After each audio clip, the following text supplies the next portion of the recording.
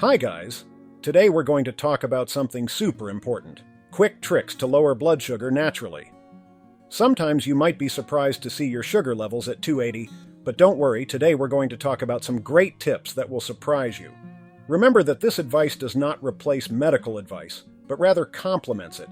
If your glucose levels are high, especially above 300, contact your doctor immediately to adjust your medication. Let's get to the content then. If you're feeling a bit sluggish in the morning or evening, here are some great tips to help you control your numbers. High glucose levels in the morning can be caused by several factors. A late meal rich in carbohydrates, the dawn effect, related to processes in the body before and after waking up, such as cortisol spikes, adrenaline, and liver activity, or a lack of insulin production in the case of type 1 diabetics. Type 2 diabetics produce insulin but don't use it effectively, and pre-diabetics can have high insulin resistance. Let's get to the tips. Moisturizing with water and apple cider vinegar or lemon. Let's start with an essential and simple tip: hydration. When blood sugar levels are high, you're likely to be dehydrated. The first thing to do is get a glass of water. Adding a tablespoon of fresh lemon juice and a tablespoon of apple cider vinegar to the water can boost the benefits. Not only is this combination refreshing, but it also has health and skin benefits. A touch of cucumber can also be a tasty addition, providing a revitalizing drink. Dehydration can make it difficult for the kidneys to eliminate excess blood sugar. When you stay hydrated, you help your kidneys work more efficiently, which can contribute to more stable blood glucose levels. This process is essential, especially when blood glucose is high. Drinking at least 240 milliliters of this mixture of water with lemon and apple cider vinegar can be an excellent first step towards lowering glucose naturally. Once you're properly hydrated, it's time to get your body moving. Staying active is crucial to help your muscles make better use of the glucose available in your blood. What's more, the combination of hydration and exercise can be a powerful duo in rapidly lowering glucose levels. This is just the beginning of the strategies we're going to explore to control blood sugar levels effectively and naturally. The following tip should not be missed: physical exercise. After hydrating, it's time to increase your heart rate with physical exercise. Exercise is one of the most effective ways to quickly lower blood glucose levels.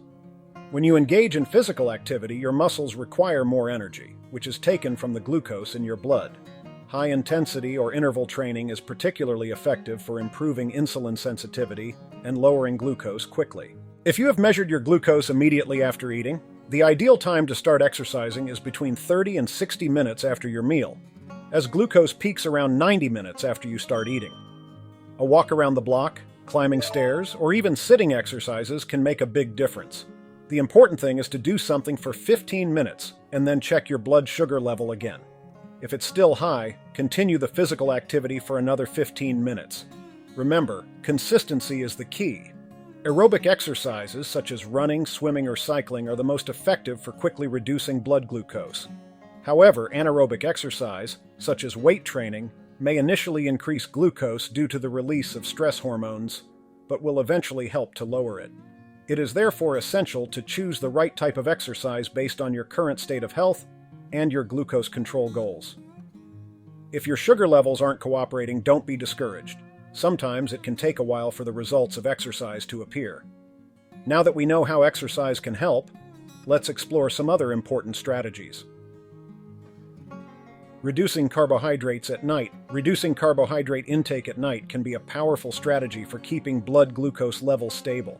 Carbohydrates consumed late at night can cause glucose spikes during sleep, making it difficult to control. Therefore, avoiding carbohydrates after 7 p.m. is a recommended practice for those looking to stabilize blood glucose.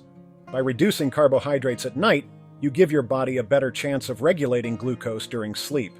This not only helps keep levels stable, but also improves the quality of your sleep, as high blood sugar levels can interrupt your rest. Instead of consuming carbohydrates, opt for meals rich in proteins and vegetables, which have less impact on glucose levels and still provide the necessary nutrients. Remember, it's important to be consistent. Making adjustments to your diet can be challenging at first, but the benefits are significant. Keeping a food diary can help monitor the effects of these changes on glucose levels, allowing adjustments to be made as necessary. This practice, combined with adequate hydration and exercise, can form a solid foundation for effective blood glucose control. The fourth tip is intermittent fasting. Intermittent fasting has been shown to be an effective strategy for controlling blood glucose levels. Dividing the day into periods of eating and fasting can help the body burn fat and improve insulin sensitivity. Starting with a 13-hour fast, from 6 p.m. to 7 a.m., is an affordable way to begin this practice, allowing the body to gradually adjust to longer periods of fasting. A study published in the Journal of Clinical Endocrinology Metabolism investigated the effects of intermittent fasting on patients with type 2 diabetes. The study included 100 participants divided into two groups. One group followed a 16-hour intermittent fasting regime, while the control group maintained a regular diet without fasting. After 12 weeks, the intermittent fasting group showed a significant reduction in HbA1c levels from 8.4% to 7.2%, while the control group showed a reduction of only 0.4%.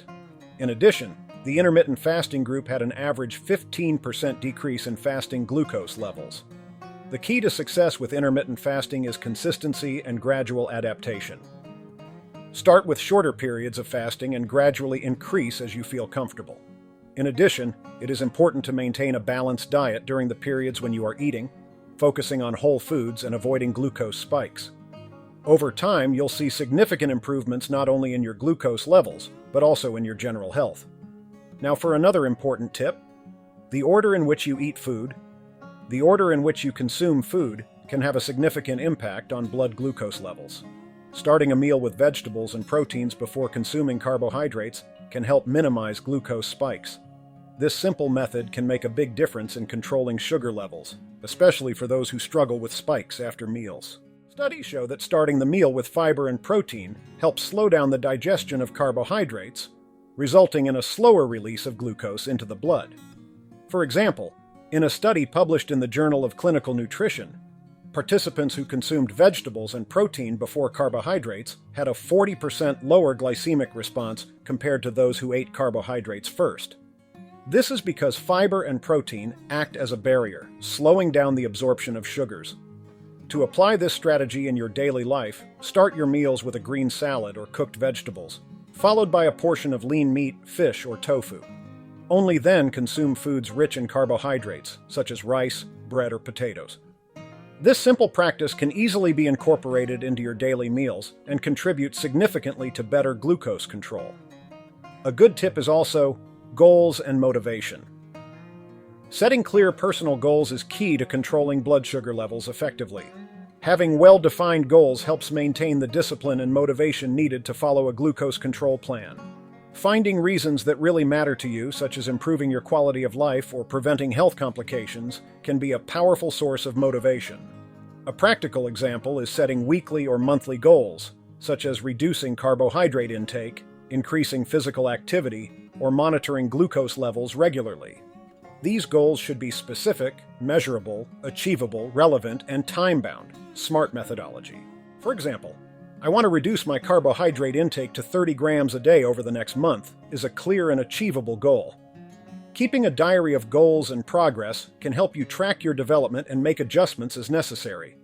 Celebrating small achievements along the way is also crucial to maintaining motivation. Each step taken towards glucose control is important progress and should be recognized. This approach not only helps keep blood sugar levels under control, but also promotes a sense of achievement and well-being.